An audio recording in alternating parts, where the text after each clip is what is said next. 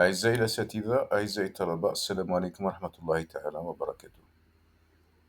Après avoir expliqué dans la première partie comment télécharger et installer l'application MixMatApp, nous aborderons dans cette deuxième partie et nous donnerons une description de l'application. Nous promettons également que nous résoudrons plus en détail des exemples pratiques dans les parties suivantes.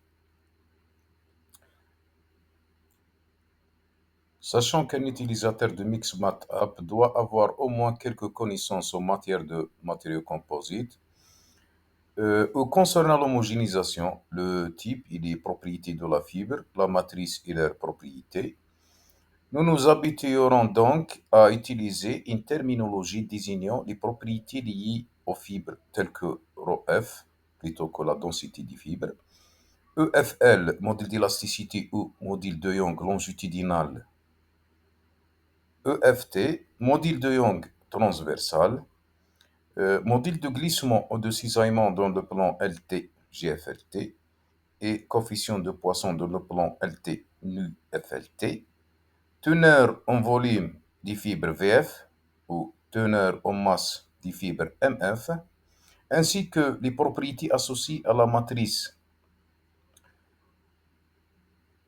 telles que la masse volumique ρm, le modèle de cycle d'élasticité au modèle de Young EM, le modèle de cisaillement ou de glissement GM, le coefficient de Poisson nu M, le teneur en volume de la matrice Vm, le teneur en masse de la matrice Mm.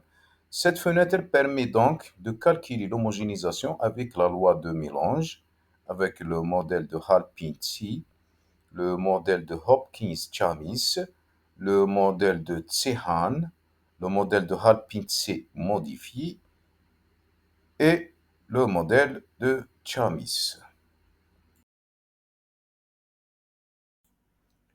La seconde fenêtre a pour but de permettre de calculer le comportement des matériaux composites obtenus par la matrice de rigidité ou matrice d'élasticité dans le plan en deux dimensions. Nous aurons la possibilité d'ajuster les contraintes et l'angle d'orientation des fibres et d'obtenir le résultat selon le plan 1-2. Nous utiliserons également toujours des termes des matériaux composites tels que contraintes dans le plan XY, sigma X, sigma Y et sigma XY, les déformations YX, YY, YXY et au plan 1-2, sigma 1, sigma 2, sigma 1-2 et les déformations Y1, Y2, Y1-2. Dans cette troisième fenêtre, on calcule le comportement mécanique de notre composite en 3D. On introduit les modules de Young E1, E2 et E3, les modules de glissement J12, J13 et J23, les coefficients de Poisson nu12, nu13 et nu23. On obtient la matrice de rigidité en 3D, la matrice de souplesse en 3D, et suivant les données les contraintes pour obtenir les déformations et les déformations pour obtenir les contraintes.